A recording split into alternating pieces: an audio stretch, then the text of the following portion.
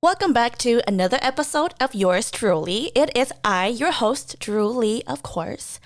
Happy belated 4th of July. I hope every one of you had an awesome J4th weekend because I surely did. If my voice sounds a little bit low than my original tone, your girl had an awesome time yesterday. I may have used my voice a little bit too much, so I'm just putting it out there for you guys, okay? Anyways, the last episode, you guys got a glimpse of what I've been going through from accomplishing life goals and feeling all sorts of emotions from being happy, sad, full of anxiety, and being an overthinker. Single life is full of an emotional roller coaster. There are days where you do feel happy and content with your life, and there are days where you think about your future, whether or not you'll find a life partner, start a family, or continue to live solo. Don't get me wrong, I enjoy living my single life. It's just that I had no choice but to live solo because after the divorce, I had to make a choice to either continue to live with my dad or venture off to living on my own. The title of this episode says it all. I'll be sharing with you guys my experience with my toxic parents. I'm sure many of you guys have parents who are toxic, even though you love them. Sometimes they can be overbearing, overprotected, judgmental. They can also be a bully or just plain negative. I know our parents love us and they show it in different ways. However, sometimes their way of showing us love is not so good for us mentally and emotionally. So let's go ahead and start with this episode. As I mentioned before in my previous episode, I've admitted that I have daddy issues. I love my dad, but I've come to the point in my life where I have set boundaries on how involved I am in his life. Now, growing up, my dad wasn't the kind of dad my siblings and I would have wanted him to be for us. Yes, he was there, but the kind of dad that you see in movies and you see how other people's dynamic with their dad was totally different from how my dad was towards us. I'm not going to go into specific details as I'm not trying to bash my dad or make you guys think that he's a bad dad. But however, I'm just letting you guys know that my dad wasn't a good dad throughout my childhood and throughout my siblings' childhood overall. What I can tell you guys is how I was treated during and after my divorce. Now, as a daughter, or to be specific, a Hmong daughter, once you get married, you are no longer part of your original family. Your husband and his family is now your family. So when anything happens in your life, they are the first people you would go to for help, especially when it comes to funerals, parties, your kid's wedding. Your husband's family is your number one family support. Your original family that you grew up and that you were born in is considered outside people. Now, in my situation, if you are a divorcee, a woman who is divorced, in the Hmong community or the views of older generations of parents will view the Hmong woman in a negative way. If she wants to come back to her original family, she's not welcome, is disowned, left alone to fend herself, be a complete stranger, just to name a few. When I told my dad that I didn't want to be married to the ex anymore, I've decided I wanted to move back to live with him, and he was fine with it. He didn't really vocally say anything negative about having one of his daughters being divorced. Maybe he has said it to my siblings, but he never really voiced anything in front of me, so I don't know what his view is on that, but I'm pretty sure, like typical parents, you don't want your daughters to get divorced, because when you do get divorced, you pretty much are bringing shame to the family, per what the Hmong community would say. And so my dad, he didn't really voice any of that, but like I said, I'm pretty sure he low-key behind closed door, he probably did voice his opinion towards my sibling in some sort. Anyways, when so right after I called my dad, before all of that happened, the same day when I caught Lost Boy with his baby mama at that time, right? I went over to his house to tell him what happened, what I saw, and that we needed to go forward with the divorce process. My dad, at the time, he was playing the waiting game where he was just waiting for Lost Boy's people to contact him. So basically, long story short, within the Hmong community, if I'm wrong, let me know. But from what I know so far is that, let's say if the wife doesn't want to be married to her husband anymore, then her side of the family have to call his people and let them know that, hey, my this person, my family member who is married to your son, decided that she doesn't want to be married to your son anymore, and so we need to start this process. Or if the son doesn't want his wife anymore, then his people need to contact her people so that they can go forth with the process. So that was my understanding. And because I voiced it to my dad, and I told him that, Dad, I don't want to be with him anymore because I caught him supposedly cheating, and I'm not out about that, okay? And because he doesn't know the whole process of the divorce process, he was basically telling me that, his people need to call me so that I can tell my people that they don't want to marry you anymore. So he was just playing this waiting game. And again, you guys, I don't know too much about the Hmong traditional cultural process of divorce, so don't judge me because I don't know what the fuck I was doing, okay? But at that time, that was what I did. But going back to my dad, he was basically waiting for his people to call him. At the time when I was at my dad's house, so anyways, while I was there at my dad's house telling him about what I saw and what happened, it was weird, but somehow Lost Dad somehow decided to show up out of nowhere. We didn't expect him to come by, but he did. It was kind of weird. So we were able to discuss what happened, and I told him about the shit that I went through with his son and how I didn't want to be married to him anymore because I caught him cheating. And even though we didn't verbally tell them that we weren't going to be with each other anymore, it's the fact that he didn't verbally tell his dad that he wanted to go forth with the divorce process. And it was just the both of us just agreeing, I guess, or just openly saying to each other that we don't want to be with each other anymore.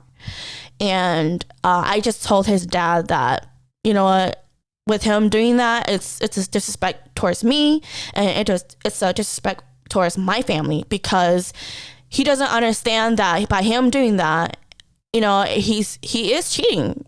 That's how I see it. Especially when I like I mentioned in my previous episode, it's like when you, like, for example, if he was with his baby mom at the time, and then he met his aunts or uncle, and then they're gonna ask him, so where's your wife at? Well, who is this lady that you're with? Technically, he's cheating. He's caught cheating. And so if he doesn't want his family members or anybody that he knows say that to him, then why not just get divorced and get it done over with? That way, when you're with other women, then people won't have to question you.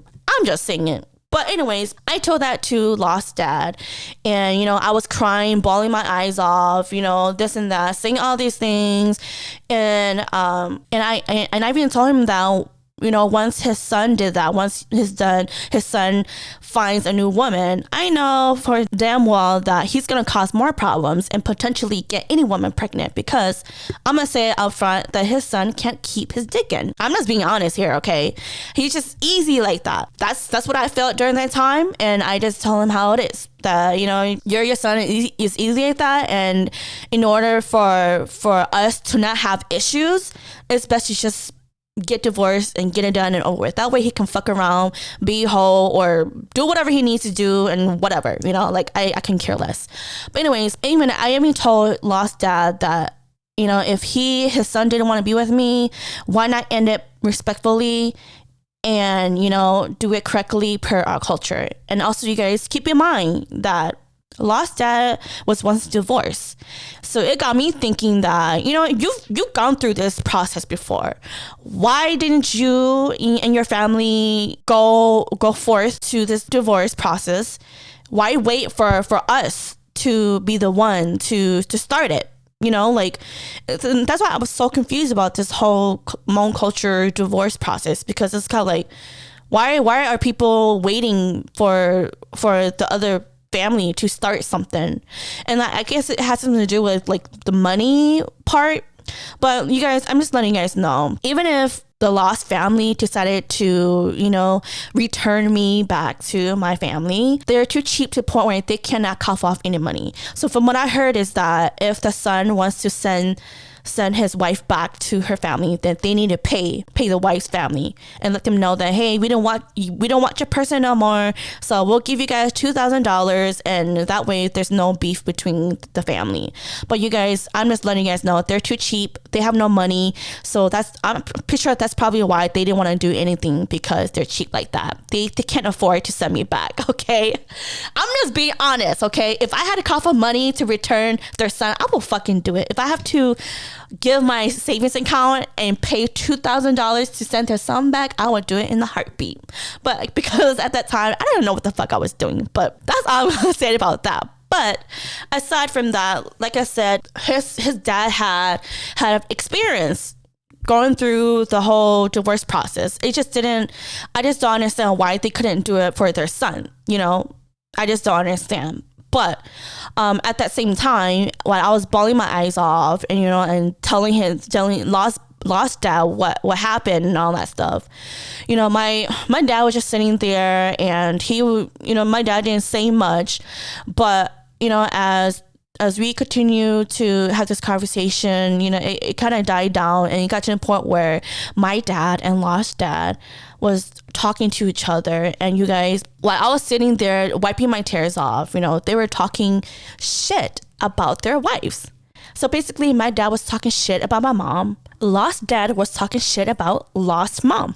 Now, at that point, I gotta say that I completely understand where lost mom is coming from. I understand why she doesn't treat lost dad the way that he needs to be treated, because honestly, lost dad is a shitty ass dad. No offense, okay? My dad is shitty as hell too. Both of them are a shitty ass husband, okay? You guys can say that, oh my God, Drew, why would you say that about your dad? Why would you say that about your father-in-law? Because they are shitty. It's like, you know, like as your daughter, I'm sitting here and I'm looking at the both of you guys who are supposed to be a father figure, a husband figure, but yet you guys are sitting there being best friends, kumbaya in the fire camp, you know, talking shit about your wife, while your daughter and your daughter-in-law is, you know, like expressing her emotions and feelings about your fucking son, and you guys are not doing anything at all. I'm like, what the fuck? I was like, no wonder your wives fucking hate you guys. No wonder your wives don't want to do shit for you. No wonder you guys are being treated like shit, because you guys are shit. You know, you guys, I'm just being honest here, okay? That is the only time that I will side with lost mom, just because now I understand. And so, like I said, you know, they were just talking to each other, talking shit about their wives in front of me. And, you know, we didn't really like end that conversation like correctly, you can say. Like it didn't end the way that I wanted to, and so they both decided to walk away from the conversation. They went outside, and I probably was still talking shit about their wives to each other or whatever, you know. And it's like, you know, like as a daughter, you know, you try not to get emotional here, but as a daughter, you expect your dad to support you when you're on your lowest, especially when it comes to divorce. And I don't know if any of you women out there, or among women out there who experience the same thing as me, where, you know, you want your dad to be there, you want your dad to support you, you want your dad to be on your side, especially when you're going through divorce. But, you know, at that time, my dad didn't do that. Again, he sided with the enemy. He was friends with the enemy.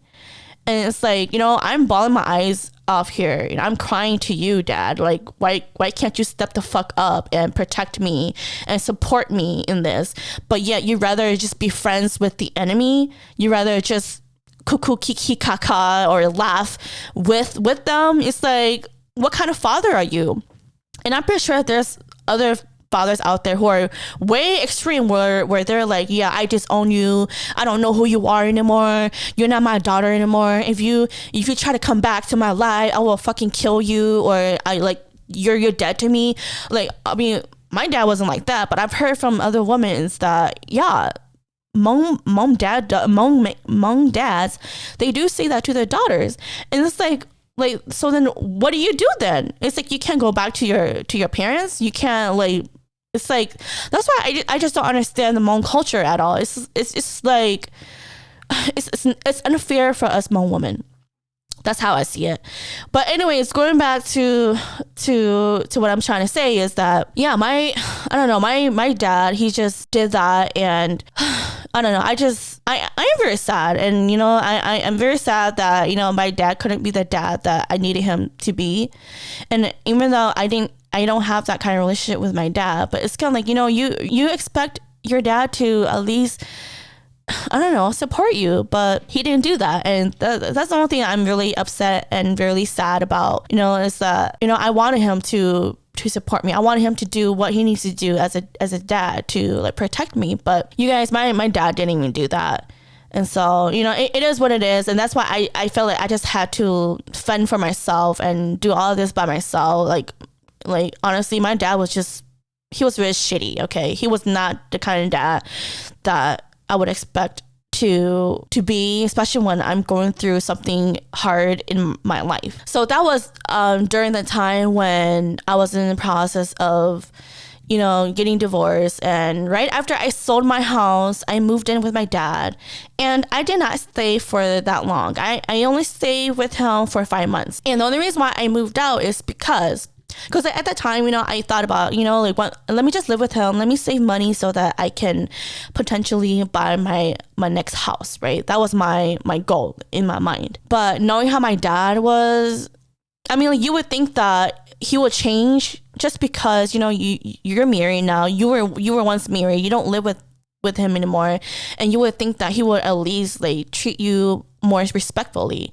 And you guys, nope, I was wrong. He was still the same dad that he was growing up with him when I was younger. And the only reason I say that is because during that time when I was living with my dad, he had COVID, and he was getting a lot sicker due to his diabetes. And I had to take care of him, and I took him to the ER, and we found out that he had COVID. And so during that time, it was during the pandemic, and people are scared of COVID and whatnot. Luckily, me and my two younger brother tested negative, but I guess my dad was positive, and so was trying to be extra careful. And because I was the only woman in the house, I pretty much took care of my dad, and I pretty much kind of filled in my mom's role. So at that time, my parents, they don't have a good relationship. They live separately, even though they're legally married, but they live separately. My mom lives with my older sister, and my dad lives in the current greenhouse. When I moved in with him and all that happened, I took care of my dad the best as I can, and I just kind of felt like it got to a point where he was very ungrateful of all the things that I did for him.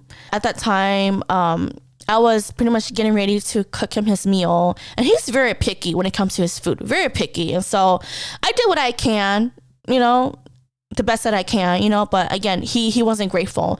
And at one point he came up to me, he told me that, you know, I know that you're my daughter, but it's not your role to take care of me. You should tell your mom that she needs to come back home so that she can take care of me. And at that point, I was like I knew where their relationship was. Like, my mom wasn't gonna come over and take care of him because she just doesn't have that good relationship with my dad. And she's just full of excuses. She just doesn't want to be around him. And when my dad said that, and you know, at that time, I was still going through the grieving part of my marriage. You know, like, I was still going through that, and then also taking care of my dad, and you know, like, trying to like get validation from him, you know, so that like he can tell me that, oh, you are a good daughter, and all that stupid shit, you know. Like, I was just doing what I need to do to pretty much help around and whatnot, you know. But it took a toll on me when he said that, where he didn't, it seemed like he didn't appreciate my help at all, and that he would much rather have my mom there. But my thing was that you guys have issues and you guys haven't dealt with. So what makes you think that mom's gonna come back? Like, she's not gonna listen to me. She's not gonna listen to any of the siblings. Like, even if we tell her to come back to take care of you, she's not going to, because she'd rather have you be the one to call her up. You be the one to tell her. But you didn't want to do that. So it's kind of like, you can't expect us kids to say that. And I got mad, and yes, maybe because, you know, I'm going through my own failed marriage. It got to me, and it got to the point where I started arguing with my dad, and I started crying. I was like, you know, like, you know, I don't know. I just started saying some like stupid shit. I don't know what I said, but I just all I said is I said a lot of hurtful things towards my dad because I was going through my own failed relationship, and I just couldn't do it anymore. And I got to a point where I just realized that, yeah, I can't live with my dad. If he's not grateful with me being there helping him, and he's putting all his marriage issues on me, and while I am also going through my own like divorce and my own failed marriage, it's like, it's not helping me mentally. And I had like PTSD as well too. It got me thinking about my marriage and all that shit. I was like, no, just this is just too much for me. And so I've decided that, you know what, I think it's best, you know, I can't save money to down a house anymore. I just need to get away from this toxic environment. From there on, I decided to find an apartment. And when I was in the process of finding an apartment, I found one where I was interested in, and I was going to go in to see the place. And if you guys know me, I love my coffee. Okay, I am a coffee drinker. I love my cream and my sugar. Well, not sugar, but stevia. You know, just try to be on the healthy side. You know, sugar free. Okay, but I love my creamer. I love my coffee every morning. It's like a drug. Okay, if I don't have coffee, well, maybe I can survive without it, but I always have to have coffee in the morning. So in the morning, I was gonna go out and check out the apartment, and I had my coffee made. When I was pouring the creamer into my coffee, it didn't look the way that I thought that it would look. So like coffee creamer is more creamy and more white, right? But when I poured the creamer into my coffee wasn't turning the color that I wanted it to turn. It was still dark. I'm like, it doesn't look like the way that it should. And then like when I was pouring the creamer into my coffee, the creamer was a lot, it felt very diluted. Like it wasn't opaque. It didn't have the white opaque creamy color to it. But I'm like, oh, okay, whatever. I'm in a rush, you know, like I'll just drink whatever I can drink. You know, it just didn't taste good. It was like something's wrong with my creamer. When I came back, I asked my brother. I asked him, well, did you guys do anything to the creamer? And I know my brothers, they would never do that, but I just asked them, and then they say, no, we don't drink coffee. We don't touch the coffee creamer, whatever, right? And then it got me thinking, my dad has a history of doing shit like this, where he will dilute drinks because he doesn't want us to drink his drink. Yes, my dad was that type of person. He was that type of father who was really greedy when it comes to food, I guess, and drinks. And there was a couple of stories that my siblings would tell me where my dad did certain things where he will dilute drinks. He would put peppers and like peanut butter and jelly because he didn't want any of us kids to eat it. Yeah, that's how petty my dad was, okay? And I knew from there that, you know, none of my brothers would do that. And the only person that would actually do that was my dad. Now, I didn't confront my dad at that time. I just let it go, and I just threw away the creamer. And I just decided to buy my own powder creamer. That way, I don't know, I could just use it on my own and I don't have to store it in the fridge. The very fucked up part that actually like got me so like riled up and so mad at my dad was that a couple of days after that incident happened, I needed to grab a sweater. So because I have a lot of clothes, my dad's the type of dad where, you know, growing up, he had a room that he locked up. And it was just a room where he had his own computer, it was like his man cave, basically. Me and my sibling, we didn't understand why he would do that, but that was just him. He had his own room. And at that time, my sister was using that area for her own room and to store her stuff and whatnot. And once she moved out, and then once I moved in, like I had too many stuff. So I just decided to just put all my boxes of stuff in his room, and I had all my long sweaters there. And when I was trying to go to the room, it was locked. I'm like, why is the door locked? And my thing was, my dad knows that I put stuff in there. He knows that I go into that room to store my clothes and to grab my clothes. Why the fuck would he lock the door for? Unless he's purposely doing that. And so I called my dad. He picked up. He sure did. But he hung up. I was like, what the fuck?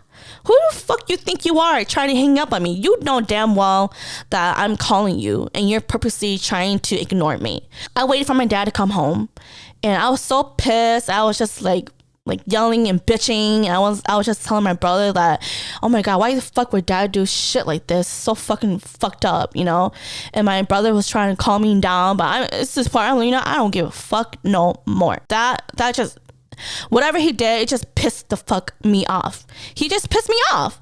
And, and like really honestly, you guys, I didn't want to confront my dad because I'm not the type of person to confront unless I have a meaning or a reason to confront. But I'm a type of person where if I do confront you, I get scared, okay? I get scared. My heart starts beating. I was like, oh shit. Like, what if it doesn't turn out the way that I wanted to? But at the time, I don't give a fuck no more, So my dad came home. And I confronted him. I asked him, Dad, why did you lock the door upstairs?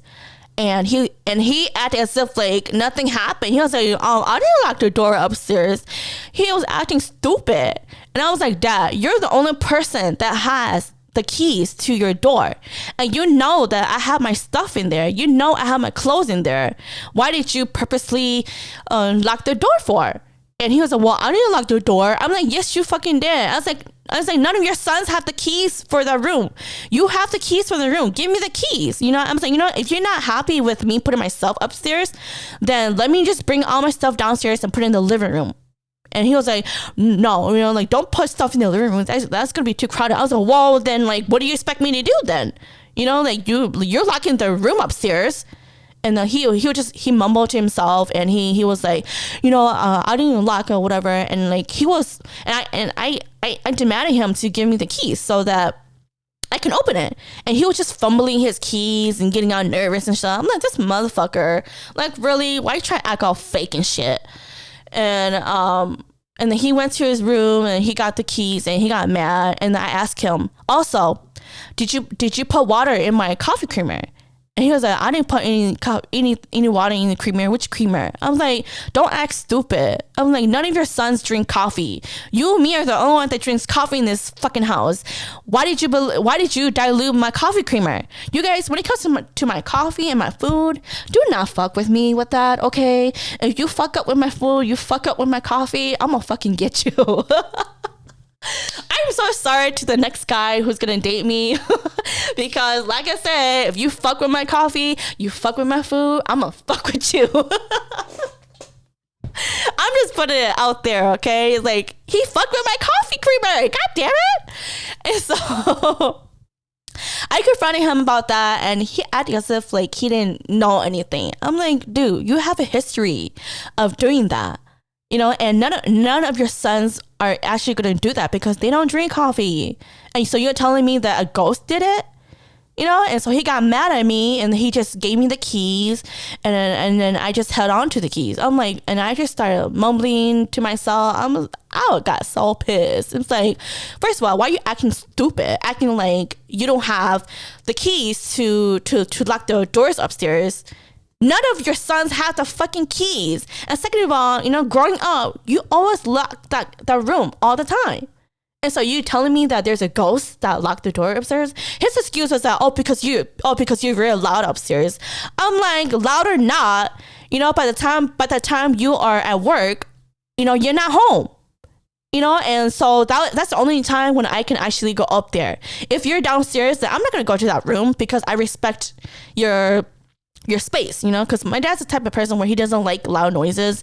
And so and because his room was above his bedroom down below, so he can hear everything upstairs. So when he goes to work in the morning, I usually get up because I do a second shift, and so I usually get up around 9 o'clock 10 o'clock to get my stuff and get ready and whatnot. He's not home at that time, so I just didn't understand why he would think that him locking that door is gonna solve anything. It brought the bitch out of me, okay? Like it brought my twin sister. My twin sister, which is spelled Drew. Okay, that's the other Drew. Like he woke that bitch up. Okay. Anyways, when all that happened, I just didn't want to see my dad. I didn't want to be at home.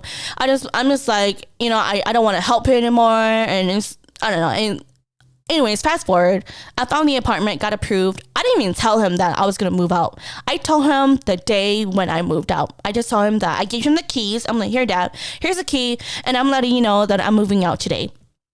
And he didn't say anything. He said, oh, you moving out today? I'm like, yeah, I'm moving out today. So here's the keys. Here's all that, you know. And so I'm just letting you know, I'm just going to move out. And that was that. My younger brother even told me that my dad told him that my dad was upset. My dad thinks that I hate him.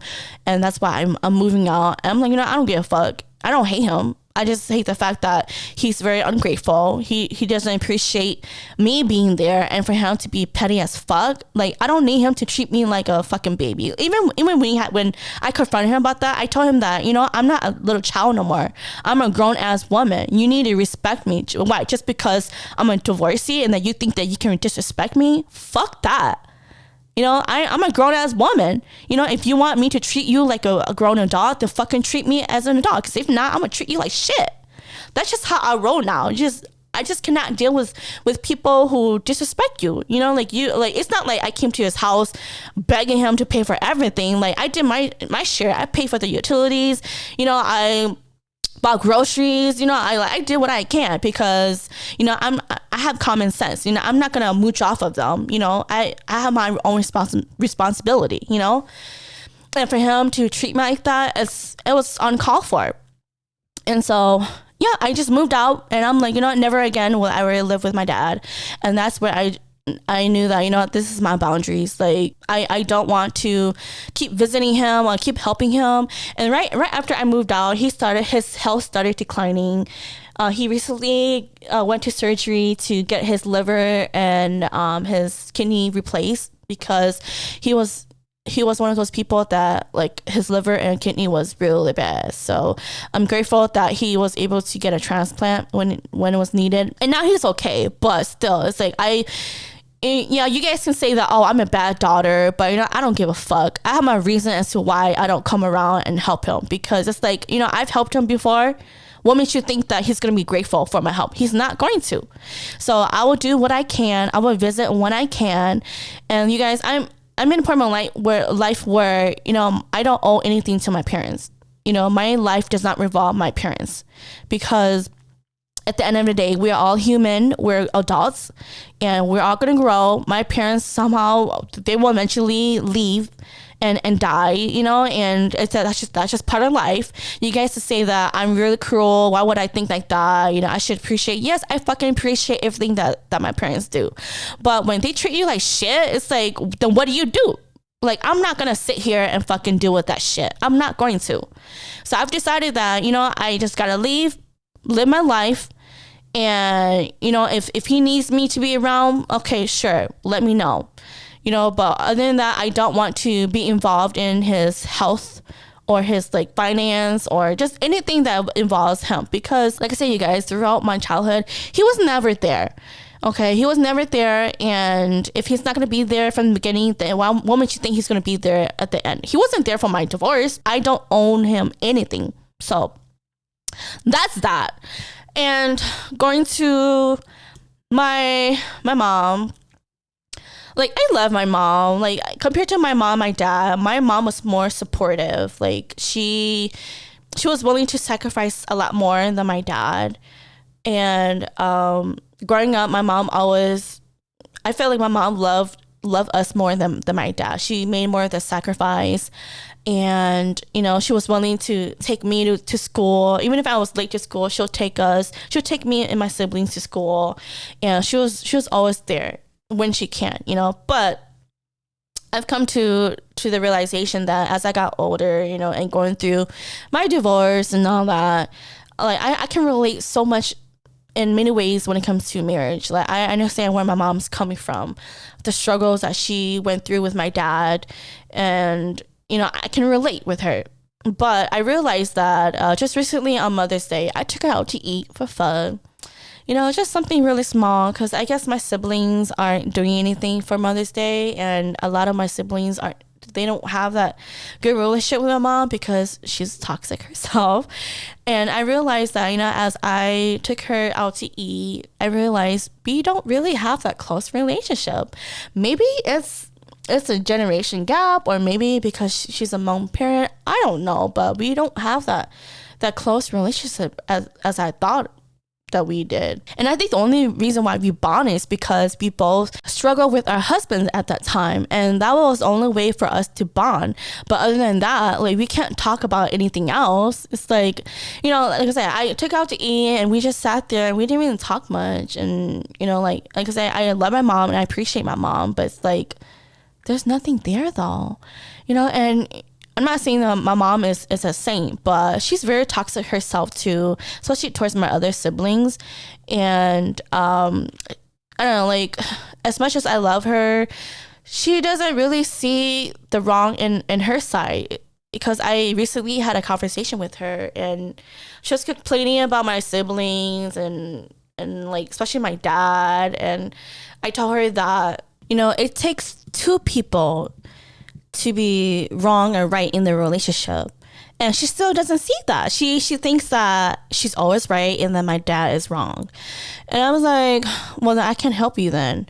I just can't help you. It's like, you do know that it takes two people to work in the relationship, but I don't know. It's just, all I gotta say is that, she's a mom. I love my mom to an extent, but she doesn't know her wrong in the relationship, and it's always her. She plays the victim a lot. I don't know, you guys. This is just the shit that I have to go through, and every time when she calls me, it's just always about like, oh, your dad this, your dad that, oh, your sister this, your sister that, your brother this, brother that. I was like, can you just call me about like other things? And so what I would do is I would just tell her, oh, mom, I have to go work, or oh, mom, I have to take a shower, oh, mom, I have to go shopping, or I have to do laundry, so I have to go, So I just, like, for the most part, I just sit there and listen to her vent, but it's like, it's rather just you just sit there and not say anything, because you put your input, she's not gonna like it. Sometimes your parents just need to vent and let them vent, even though they're wrong, because maybe they need to express a lot of things, get shit out of their chest, I guess. But overall, like I said, when it comes to compared to both my parents, I love my mom more than I love my dad. Okay, not gonna lie, And I think when it comes down to it, let's say if they get old and they need help, I would rather help my mom than my dad. Like, I know you guys would say, oh my god, why are you so cruel? Like, why would you do that? But I think when it comes down to it, I would rather send my dad to a nursing home and then just take my mom in. I don't know. Or maybe I just put both of them in the nursing home.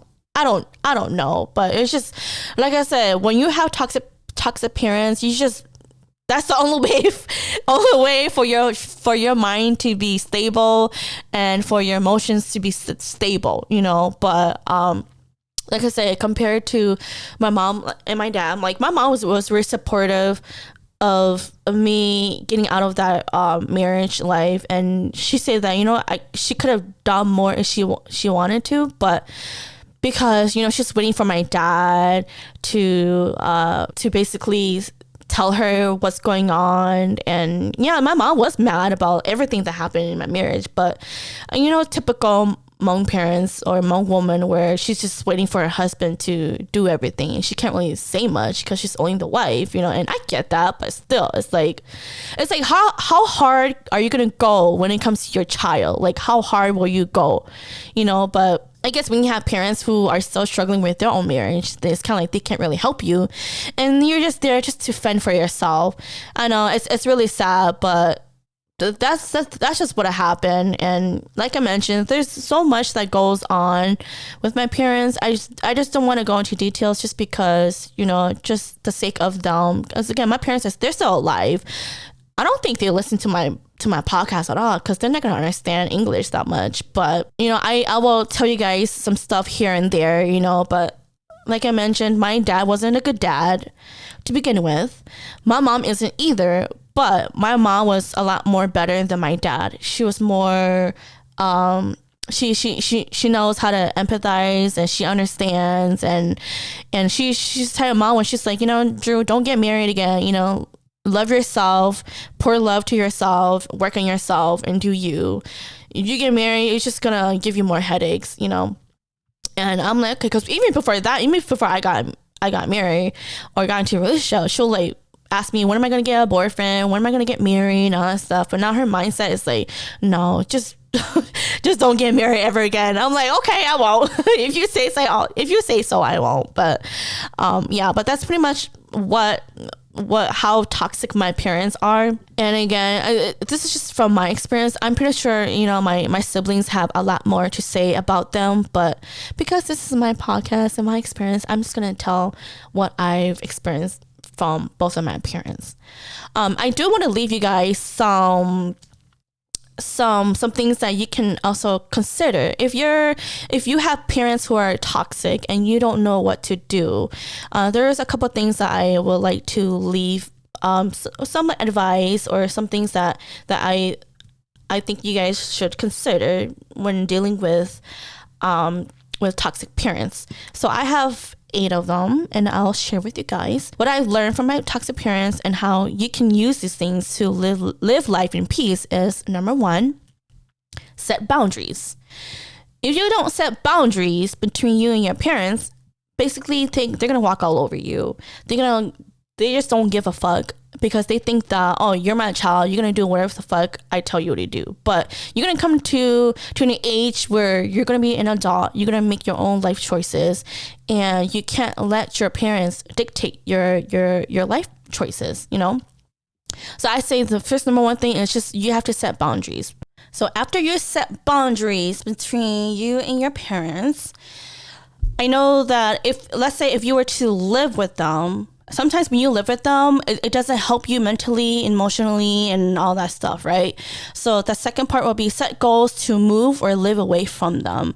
I think it's best to just live away from them. It's not you cutting ties with them. It's just you having your own space, your own, your own space to just think to yourself and just be within you. Because when you live with like people who are so negative, then you also are feeding off of that, and you actually absorb those bad energy. So I say that, if you can't take it anymore, you can't be around your parents, you need to set up a goals as to how you don't move away from them. It could be just saving money, or move out with, I don't know, make a plan to move out with your siblings or with friends. Like, it's best to just live away from them. So that's tip number 2. Tip number 3, that goes back to number 2, is to be financially independent. I remember when I was still living with my parents, I couldn't really do much, and I would much rather live on my own. But because, I couldn't afford to live on my own, and I was still dependent on my parents, that, they use that against you. They use against you where like, oh, you're not gonna be able to afford to live on your own. Oh, you still need me to pay for the light bills or your phone bills. You want to be financially independent, because when you're not independent financially, they're gonna use that against you. They're gonna use that against you to control you. That way you can't go anywhere. That's why I said, set up a goal to move away from them, but also be financially independent. Because if not, you're just gonna be stuck, because they're paying for everything, and they're gonna use that against you. So number 3, be financially independent. Number 4, it's not your responsibility to take care of your parents or their finances that they fail to budget, to learn, etc., etc. Going back to Lost Boy, like I was telling him, it's not your responsibility to use your credit score to buy them a boat. Like, why would your parents need you? They're just fucking using you. So if you have parents who are using you to like pay for their bills, or to down a house, or to down a boat, or to down anything that deals with your credit score or your finances, it's not your job to take care of that. It's not your job to take care of, I don't know, the the light bills or to help them budget. Because you have to think about this. You know, if your parents has been living in the United States for so long and they still don't know how to budget, they still know how to, I don't know, like budget their finances, and they having issues, it's not your job to take care of that. That's their own little problem that they need to take care of. They should be more responsible in that area. Why would you need to be responsible? Why would you need to like be the parent and let them be the child? No, cut that shit off, okay? Please cut that shit off. Because if you don't, they're gonna use that against you, and they're just gonna use you, drain your finance. And how the fuck are you gonna live your life? How are you going to down your first house? How are you gonna down your first car? Like, come on now. Like, please be responsible and do not take care of your parents' budget. That's not your purpose, or that's not. Just fucking stop it, okay? Number 5, know that you don't owe your life to your parents. My mom always say that a lot, especially to my sisters, saying that I gave birth to you, and when I get old, I expect you to take care of me. I was like, no, the fuck not. That's not part of my me being alive in this earth is not to take care of you, mother. It's not to take care of you, father. I don't owe you any jack shit anything. Maybe this is just an OG mentality or a Hmong parents mentality. I don't know. Correct me if I'm wrong. But like OGs nowadays, they think, especially parents, they think that you owe your life to them. And I'm letting you guys know, no, you do not. You do not owe your life to them. You don't stop living your life for your parents. You know, like at the end of the day, when you grow up, you start your life. You leave the nest and you start your own family. And then now they're left, you know, having their own life, you know? And so I just really hate it when they say that. Hey, when like Hmong parents say that, where they're like, I raised you and, you know, I spent so much money on you. When I get old, I expect you to do the same. I'm sorry. I'm going to put you in the nursing home, okay?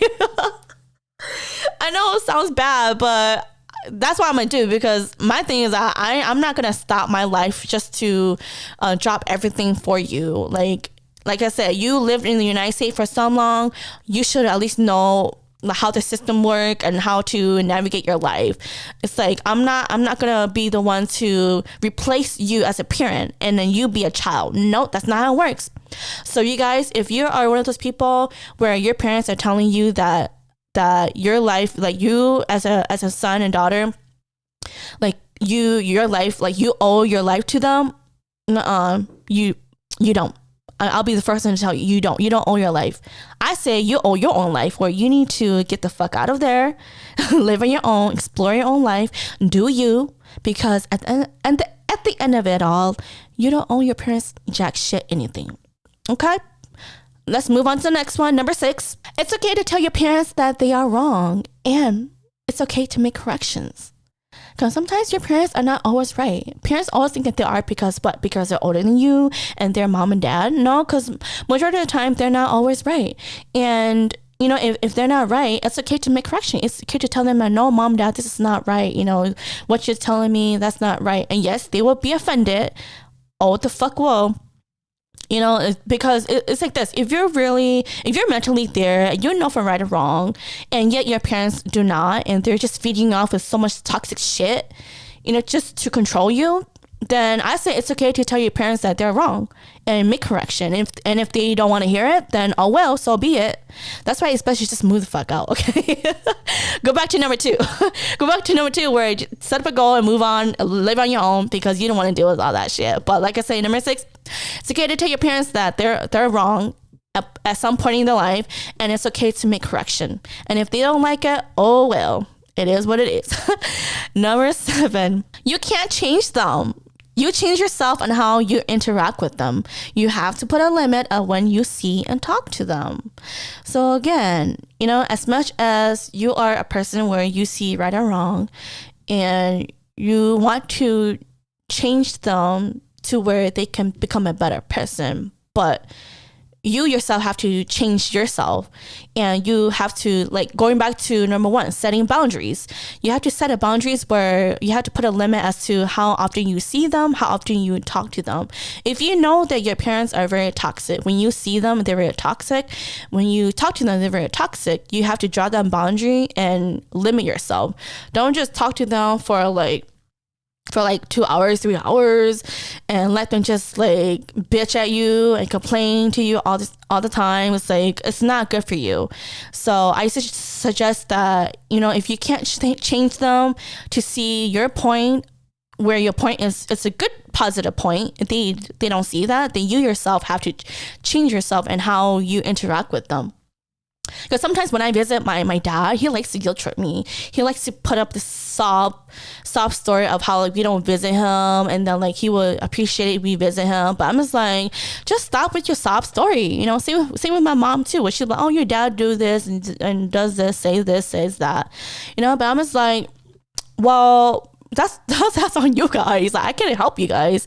And, like, sometimes you just have to cut that conversation and just make up a stupid excuse saying that, oh, I have to do this, oh, I have to do that, I have to go to work or whatever, because it's gonna drain you. Okay, it's gonna affect you. The way that they talk and speak, the way they speak to you and express their issues to you, it's gonna drain you. So, like I said, number 7, if you can't change them, change yourself and how you interact with them. You got to put a limit as to when you see them and talk to them, because if you stay for that long, you talk to them for that long, it's going to drain you, and it's going to trigger you in so many negative ways. So yeah, avoid that. And then the last one, find a different person to look up to. And it can either be friends, coworker, people you follow, your significant others, anyone who is positive. There are people that you meet who you look up to.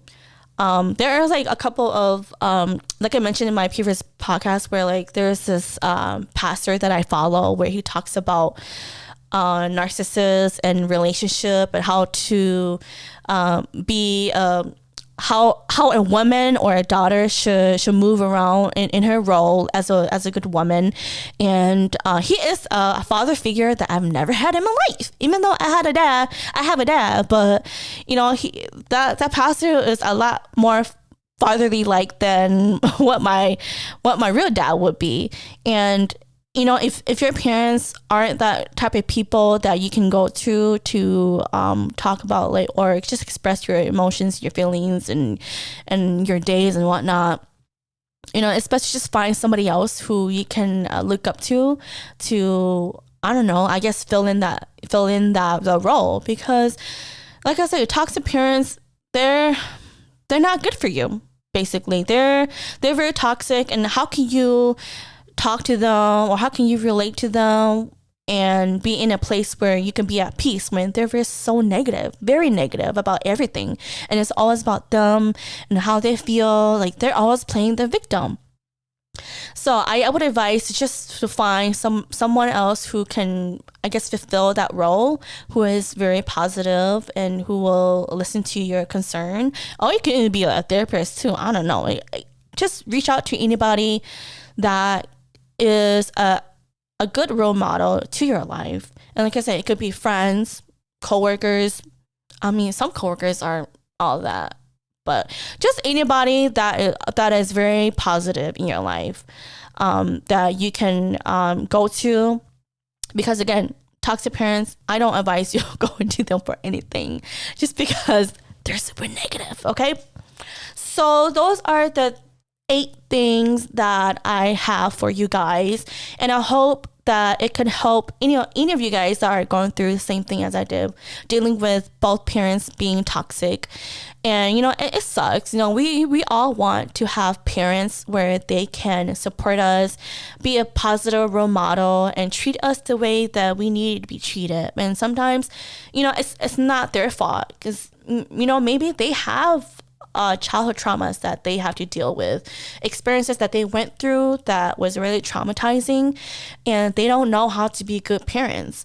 And I get it, it's not their fault, but at the same time, it's no fucking excuse, because we live in the United States where there's like a lot of resources that we can go to. Like there's even free resources online, but some people, they just don't want to find that. It's because they themselves don't want to better themselves. And all that you can do is just, again, set your boundaries, work on yourself to become a better person, and you do what you can to help support them, but don't overdo it, just because your toxic parents can actually manipulate you and control you in a negative way, and you don't want that because it's not good for your mental health or your emotional health. So that is all that I have for you guys, and hopefully it helped you in any ways. And let's go jump into the next part of the episode. And again, like I will always repeat myself, just as a reminder, you can send me Dear Sister letters and poems via Google Doc. You can find both links on my Facebook page. I will read them if I receive any submissions, and I will definitely respond to them whenever I can. But let's move on to the poems. So this poem is pretty much to any daughters who have to deal with their dad. And like I said, I have daddy issues and I'm working on it. And I think I'm in the point in my life where I'm good.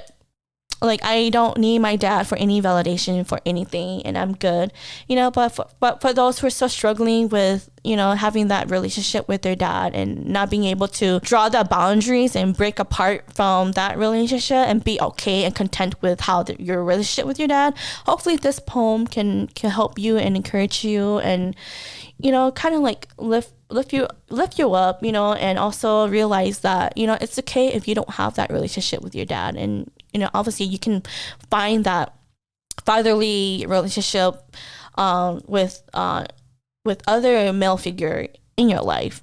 And so this is a poem that I want to share with you guys, and this poem is called What I Need From You, Dad, by Melissa Elion. Hi Dad, it's me, your baby girl.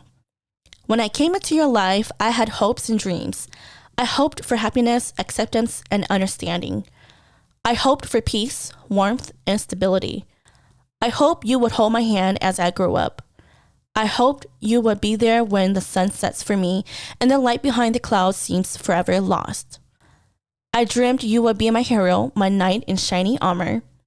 I dreamed you would be my friend, my confidant, my mentor. I dreamt you would be my teacher, my guide, and light of my life. I dreamt you would be lovely, showing me how to mature into an adult. I dreamt you would accept me through my most rebellious days.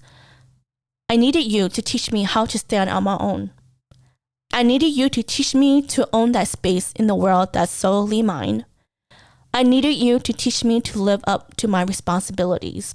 I needed you to teach me appreciate speech and behavior. I needed you to teach me how to stand up for myself. I needed you to teach me boundaries and how to protect myself. I needed you to teach me right from wrong. I needed you to be there when my life fell apart. I needed your support and understanding through my darkest days and nights. I needed your comfort and love when I fell into the abyss. I needed your tenderness and understanding when there was none. I needed you to save me from my darkest demons and scariest monsters. I needed your encouragement, your praise, your recognition, your honesty, and security. I needed you to believe in me and my potential. But most of all, I needed you to show me that I matter to you.